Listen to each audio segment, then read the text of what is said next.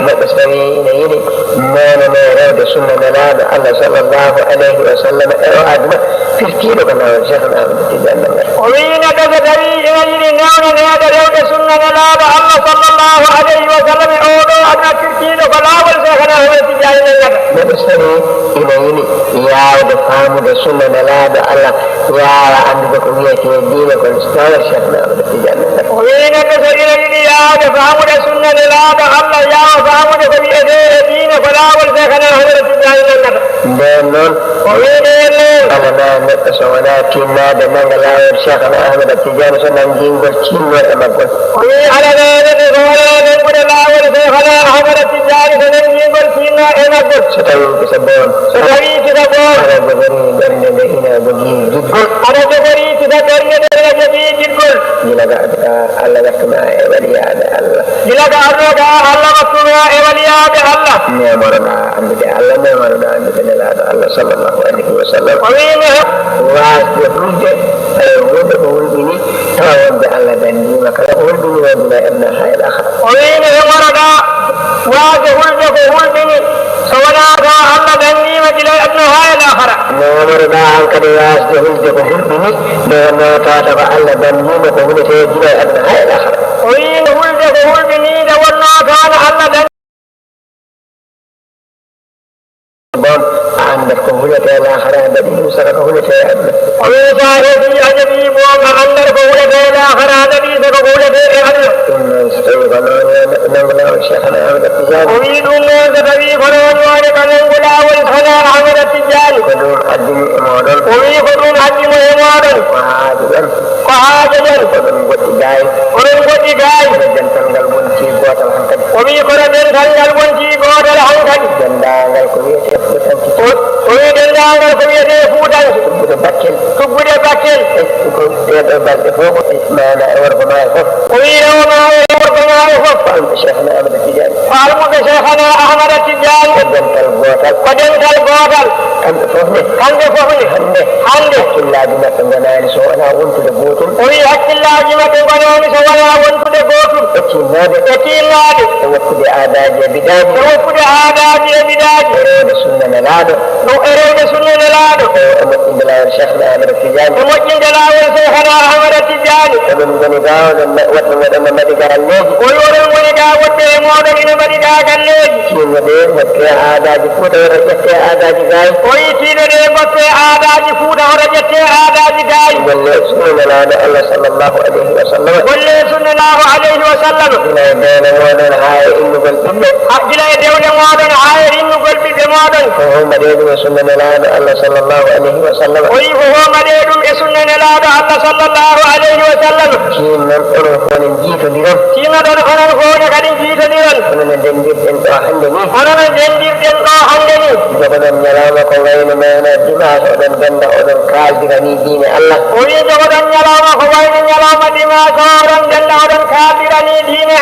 سبب الله يلي أن إذا مسنا بكون مسجلات أن بعد يتلبسوا بكالة تيجي إن تكال شيء تكون قدم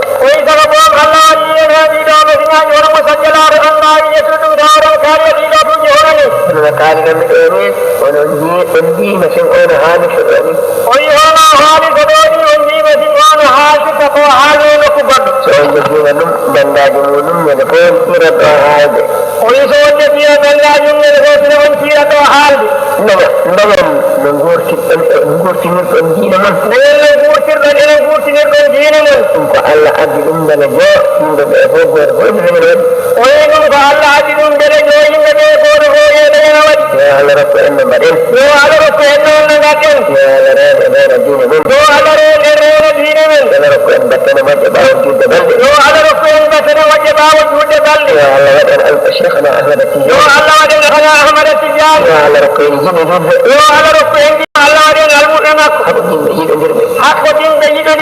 يا رسول الله صلى الله عليه وسلم وبجاه شيخنا أحمد التجاني رضي الله تعالى عنه وأرضاه عنا به آمين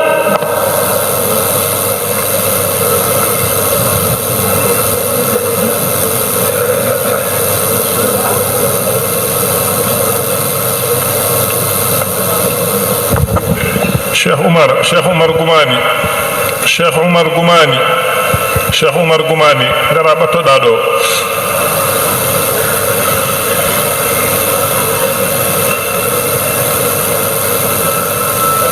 Cheikh Umar Gumani.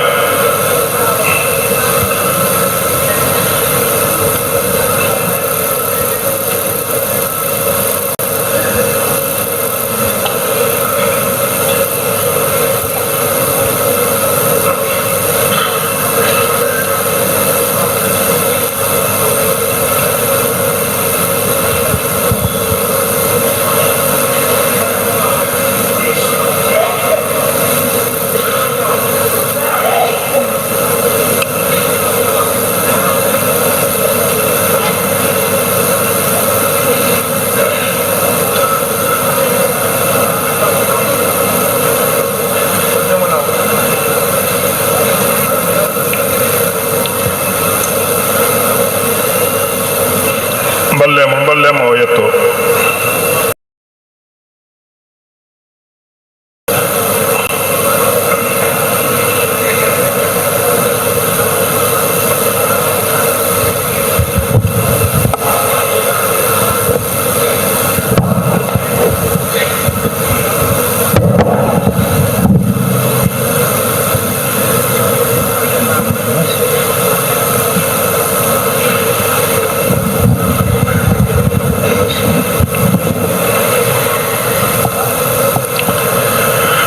الحمد لله رب العالمين. الحمد لله رب العالمين. الحمد لله رب العالمين. إنجتي الله سبحانه وتعالى بدن انديرو موجره وريوني دم شير من سيرم بمكو رضوان الله تعالى عليهم. mbawɗen naftorade to diine men, to sunniyankagal men, to tijjaniya men, e to almudagal men, e to dendagal alhaaliji meɗen. eɗen jetta Allah subhanahu wa ta'ala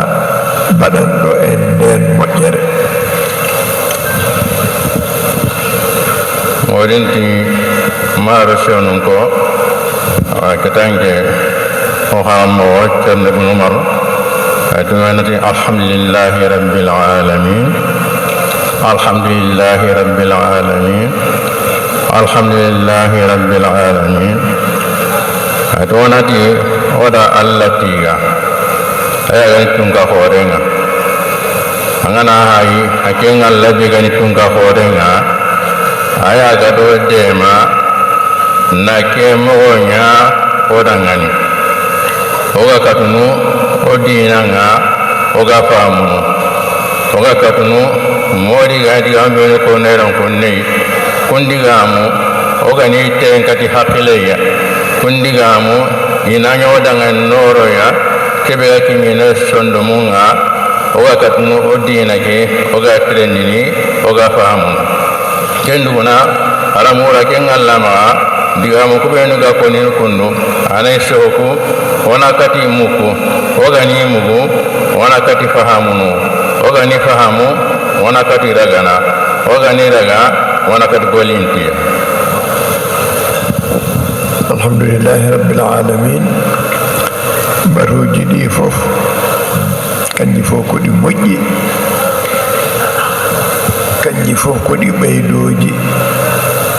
kanji fof ko ɗi nafoji, kanji fof ko noon ɗi cifori. kono oɗone kadi mo keɗiɗen hande o omo rendini fofof. o fuɗɗori ko e limanagal cellugal,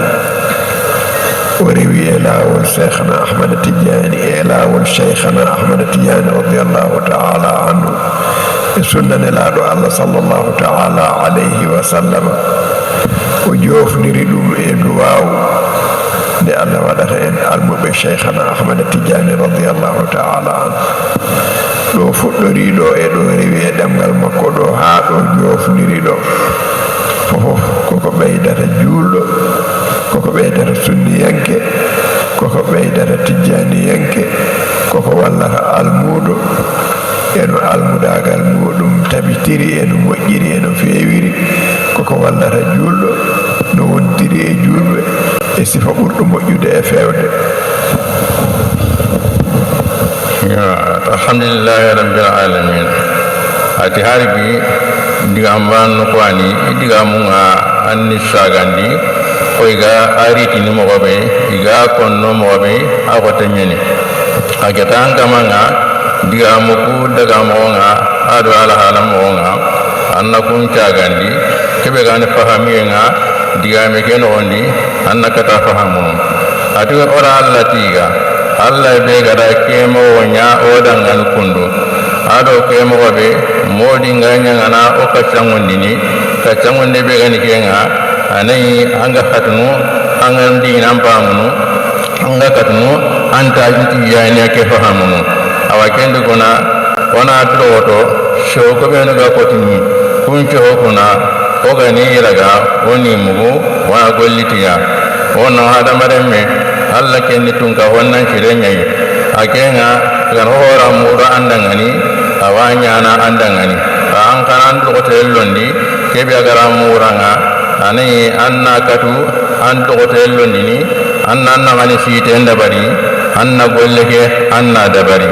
koga bandanu ko oge keren kana mobe awa modin kempa minni kiyai maganta ko ne diga mi ken wani anai ko danu nakite kana tawo kana kadina ngala halan ko imi ada kati jari ganga o hanaken ko imi aga naken dabari makenga rodema ko kiti gabe no kunno agyo saga no dangani na to ko ogiterin kana awanya daga kapa magaya anu ya daga jida je dinan karanga ala halan karanga wadde enen fof ɓeydo ɗen tinnade e gollude diine o e laɓɓinirde ɗum gollirde mo sunna nelaaɗo Allah sallallahu ta'ala alayhi wa sallam tinnoɗen kadi e laawol cheikhana ahmada tidiane radiallahu ta'ala anhu ngol ngannduɗaa no nanirɗen ceerno men wiiri ni ko malu wonande julɓe ko malu wonande julɓe e ngol walluma no gonirɗaa juulɗo poociiɗo e dewal ma Allah hakkude ma e joome e ngol walluma no gonirɗaa sunniyanke e ngol walluma no gonirɗaa almuuɗo cheikhana ahmada tidiane radiallahu ta'ala anhu e ngol walluma no jogoriɗaa jikkuuji moƴƴi ɗi aɗa wontira e juulɓe taw koye dow teddugal. yo a tarbi a fala alhamdulillah rabbil alamin adi digam ko ne ko nan blogoto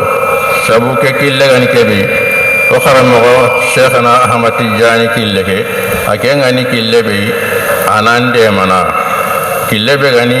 angana to foto awande mana ancila mago ke shonde monga awande mana ando soroko ala halam mo wonda ngani awande mana ayi medo amare muku nagantende monga awande mana ko ani ko ancilon ni gelandi nan karanga ado ampada mare mo ke karanga ana amare muku karanga ke kille gani kebe angana gutu awande mana kenga awakendi kona ona ndoto ona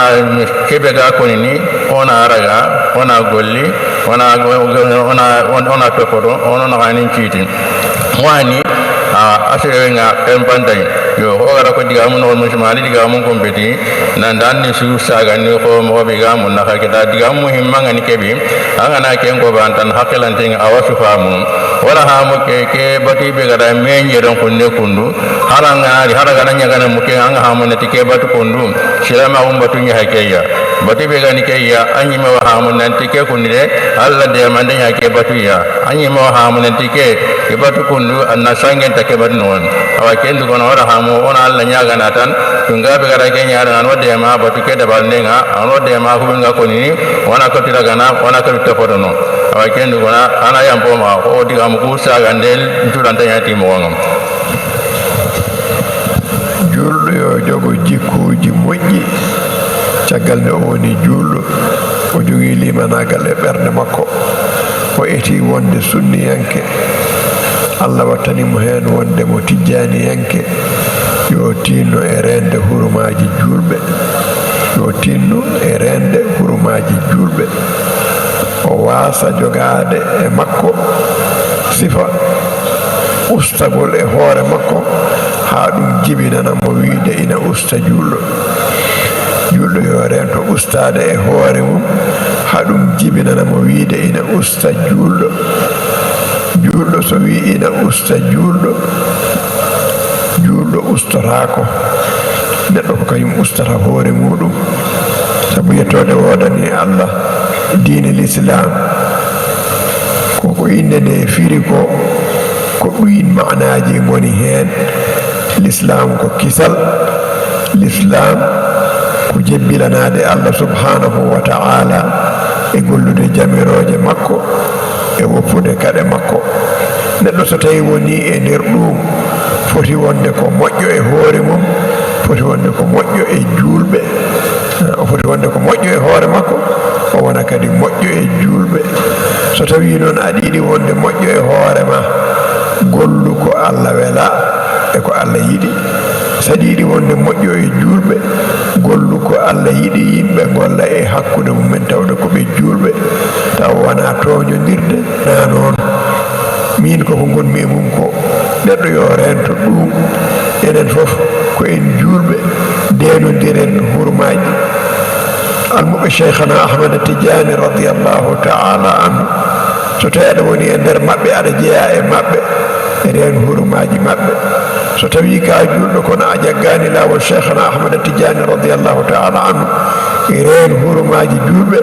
ndena hurmaji tidianiyankoɓe jagga ɗemgal ma cohlira e gollirde ngal wiide astahfirullah wiide subhanallah wiide alhamdulillah wiide la ilaha illallah taw wona wiide ina usta julɓe walla ina ustana julɓe ɗum yo Allah ren en dandayne ɗum yo ati silami hakika ngani keɓi silami annan kawa annan naganin ciite annan kawa annan cirowa annan kawa ando soroku naga anna ken cirondi annan kawa ando Allah naga anna ken cirondi silami amme silami awako anga kinyani silami annan kawa kebe angara kanu andu dangan na ken kanu anga ki silami dangani silami angkawa kiai anga ki silami anna hormantanga anna adaro anga ki silami aswani bani sabti yani gango atau aswani mana ki bani ke awakendu kuna silami angkawa anjilama oke anake awarankane anye me shiroe hina anna ya ke murukenga ado sorokuna anchirenga anna ya ke murukenga anna manya silamiya angatini anganne tesoronga silami anta kawana ndeko amme silami mande kenya qasin hibani kiyai qasin golli bani kiyai silami pamminna kabanyini kiyai ana itufuru anga astaghfirullah ankono ma tufuru anga subhanallah ankono ma tufuru anga la ilaha ankono aw silami ngem kunam ko an kawanyini angem pamminga ta silami nam magani ange ngatini anya sirenni angka paling silami ke nandi kemmanya anda ke digami kan ke pari ella yemma ko kina asu hompo hana angem pa kawa duya angem dan khale ke asirenni amma re me ke khale anti kemmanya anta wa kununga angka ke fosire ke angara ke khanan nangani anna me ya khanu angka palle make dangani yellanga na wari mo gabi agada bani ke be ganta siri ampa kala sirahu Allah wakilon ko ina kamanga onka wana ke bar kunnam anta ko sana gilli ko sasa o silaminunga ke be nyana ko gadi tijani gange ma ku ben tijani gango nga ko na tijani gango inta ho kamma anta ko ko nunke ngat silamin ko fin silam bane tijani gango ngafin mana tijani gango nyam kunnan kawana me khanu na me daro na me hormantanga horman ni kai awagi likebe gangi me karanga anna ken tanga ndo sero kuna kebe gagi la sero kuna katange nga anna kawana ken katanga horman ni ken silama ko ken wade nani kadi no ceerno men haaliri e ɓural gongal e laawol cheikhana ahmada tidiani radiallahu taala anhu wadde enen fof jaggen laawol ngol golliren laawol ngol golla en waɗa en julɓe moƴƴuɓe waɗa en sunniyankoɓe waɗa en almuɓe cheikhana ahmada tidiani radiallahu taala anhu yiɗodirɓe e koye mumen renodirɓe hurumaji jokkuɓe en ɗam hakkude muɗumen yo allah waɗan en noon e moƴƴere mum e ɓural mum ɓe jaahi rasulillahi sallllahu alayhi wa sallam. yo hoddigam ko harbi tan ko ngal komo oɓe hoddigam ku getange ana yampomo hogana kutindeña nukkoɓe ya wayam pay mu na xama ken harbi aga ile digam ko atalan ko to ni adi islamin ni kay harbi anna dogoto anda amme na islamin ko anna dogoto ke anna to poro ko modi ngara ko digam ke di mo be te tijani ganga hori kay nanga manga anan cirondi na to angana sirondi su anan cironi niya ako ni digam men woni yemme nandangara wari tijani ganke ngama sirosu anna qawaha munwa nandi awa mati jani ke asironi agana tijani ke sirondi su ken al halan cironi nya ken dugona ken al halan ke sironi ni ke abati tijani ke na nyamar hisire mbani ko tiyam aken dan nyamar ni be gan mani hibude ngam aken dugona ngala kem famu bandan anga golli tay anga daga anga sehetai mangen do soro ngara me hamu manga do soro ngan paken kiniya anai antan ke sire ya anta sire khan anta sire ko wona ɗum ko alhamdulillahi rabbil alamin ceerno habari en joni wonde eɗen daña koɗo gardiɗo leydi ndi hande ko koɗo allah ene laaɗo muɗum e cheikhana ahmad tidiani e dental ngal e ceerno ko koɗo meɗen ƴettode wodani allah ko en almuɓe ko en nehaaɓe tinnoɗen e teddinde taw kadi ene wondi e needi tinnoɗen e teddinde tawa kadi ene wondi e needi tawa ala dille ala luukali ala sifa goɗɗo tawa ko sifa almudagal laamgal cenigal labtugal ko jorta e meɗen ko garɗo fo tawa ɗum e meɗen ɗum ɗo rokkata ɗum ko needi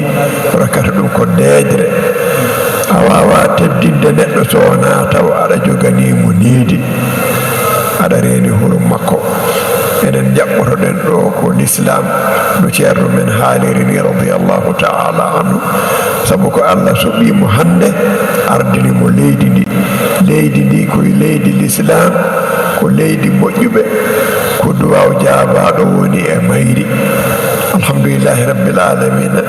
ko wayni so tawi waɗi ɓe gari ɓe tawotorama ngal teddugal ko teddugal ngal allah waɗani ɓe ɓe dutti ɗum l'islam sabu arde ɓe ɗiɗo nokkuji ko ruttude teddugal l'islam ngal allah rokkiriɓe sababu muɗum teddugal ɓe keeɓi ngal ɗum ɗon noon enen fof ɓeydoɗen wattude hen haqqille tinnoɗen e needi ndi tinnoɗen e needi ndi tinnoɗen e needi ndi so tawi koɗo ari enen eɗen garonde muke hari katanga muke he ahosireniya anna gemundi moɓe angan kawa anna gemundi anna daro moɓe angan kawa anna daro ka ke susu lasilin ni kayi agati ni kebe da misale kama agati nedi ke ni ko mare ke hay ya anayi akamanun nganari kanta nyana mankanye ya ado kharuye ya ko jamanu kutunga nyana moɓe ya persidan nganairi ni nanya kharun da batenga hani oku dendalim mo pedikenga o dendal ke mo ni kai aga nairi ni kata hay ana gayi modi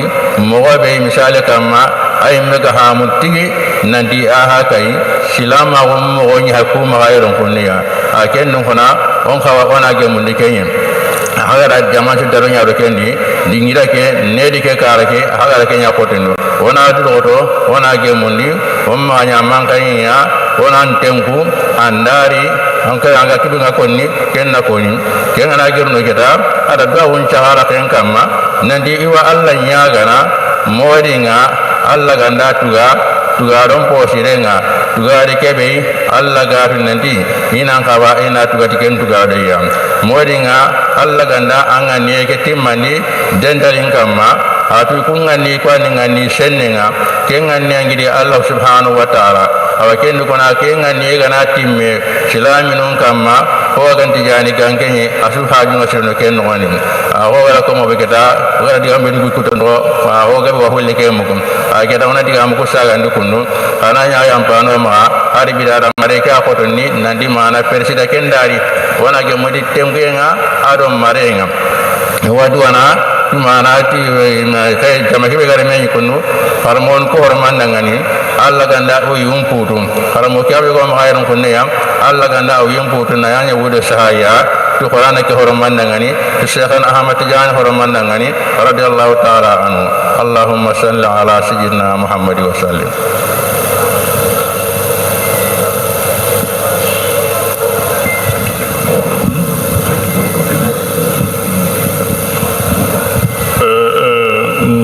Cerno nee na ñi yokk ñoo leeral rek liñ fi doon li ñu mujjee wax fii ci wax bi nee na fàttali nañ ne insha allahu taala son excellence président de la république monsieur Bassirou Diomaye Diakhar Faye fas na fee yéene ñëw tey insha allahu taala fii la fas yéene jullee tisbaar nee no yar te dañ ñoo tàggat yar ñu tàggat ñu ci yar ak teggin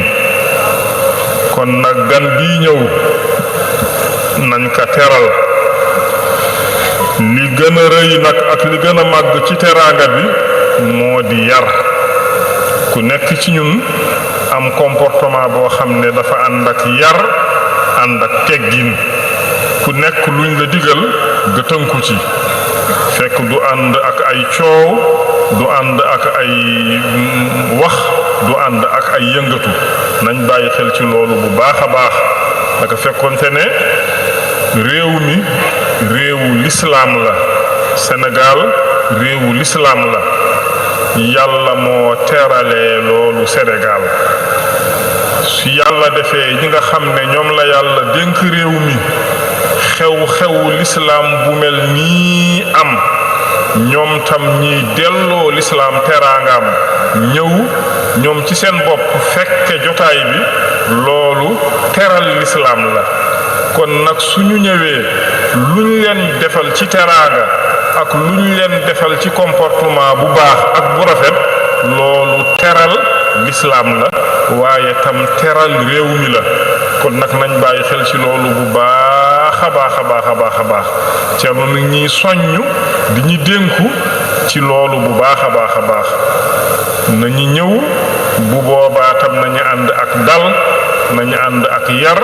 nañu ànd ak teggin du am coow du am xuloo du am wax ju bari du am yëngu-yëngu bu bari ñu bàyyi xel ci loolu bu baax a baax ñu ñaan yàlla nag yàlla nañu ko yàlla yombalal yàlla nañu ci yàlla dimbali suñu defee noonu dinañ am ngërëmu yàlla ak yonent bi sallallahu alayhi wa sallam am ngërëmu Cheikhana Ahmad Tidiane radiyallahu taala anhu te itam ñi am ngërëmu Ceerno ak ñaanam ñu ngi ñaan yàlla nag yàlla nañu yàlla dimbali ci loolu yàlla nañu ko yàlla yombalal te yàlla nañu ci yàlla wottu te yàlla nañu ci yàlla aar allahumma salli ala sayyidina muhammadin wa sallim.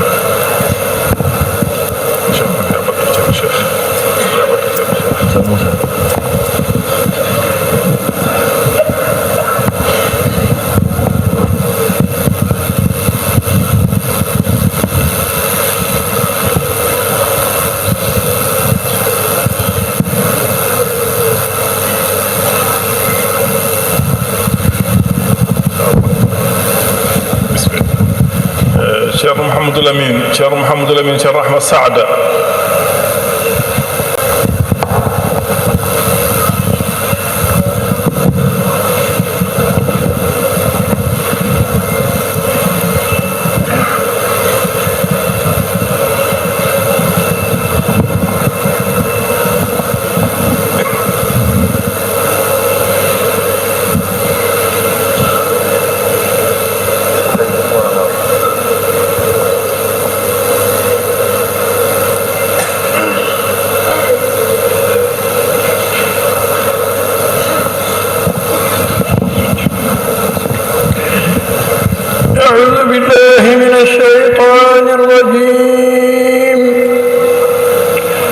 بسم الله الرحمن الرحيم يسبح لله ما في السماوات وما في الأرض الملك القدوس العزيز الحكيم هو الذي بعث في الأميين رسولا منهم يتلو عليهم آياته ويزكيهم ويعلمهم الكتاب والحكمة وإن كانوا من قبل لفي ضلال مبين وآخرين منهم لما يلحقوا بهم وهو العزيز الحكيم ذلك فضل الله يؤتيه من يشاء والله ذو الفضل العظيم مثل الذين حملوا التوراة ثم لم يحملوها كمثل الحمار يحمل أسفارا بئس مثل القوم الذين كذبوا بآيات الله والله لا يهدي القوم الظالمين قل يا أيها الذين هادوا إن زعمتم أنكم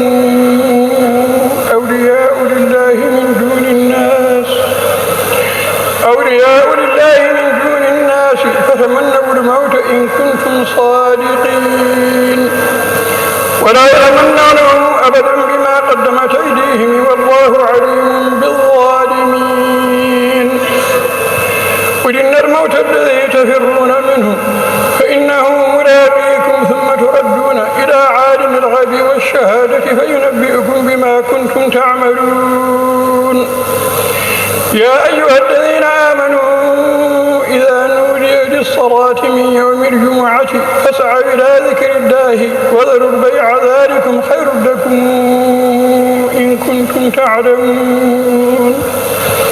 فإذا قضيت الصلاة فانتشروا في الأرض وابتغوا من فضل الله واذكروا الله كثيرا لعلكم تفلحون وإذا رأوا تجارة أو لهوا انفضوا إليها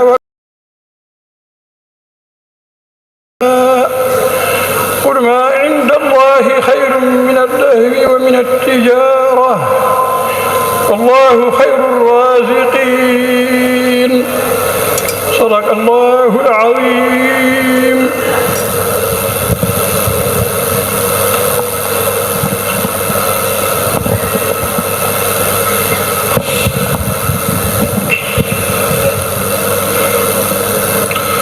أعوذ بالله من الشيطان الرجيم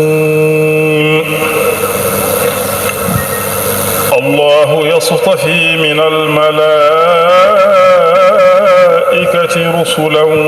ومن الناس إن الله سميع بصير يعلم ما بين أيديهم وما خلفهم وإلى الله ترجع الأمور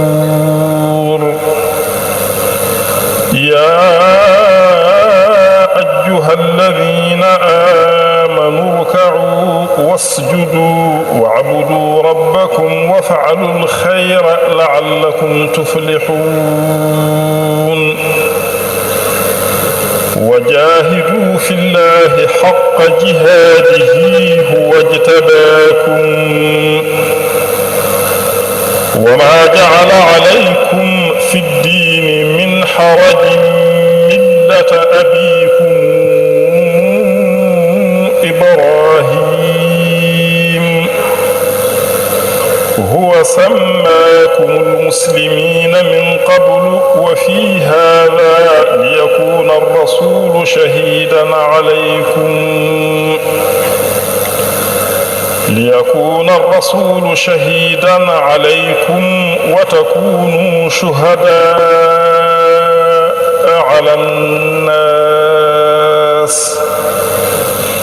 فأقيموا الصلاة وآتوا الزكاة واعتصموا بالله هو مولاكم فنعم المولى ونعم النصير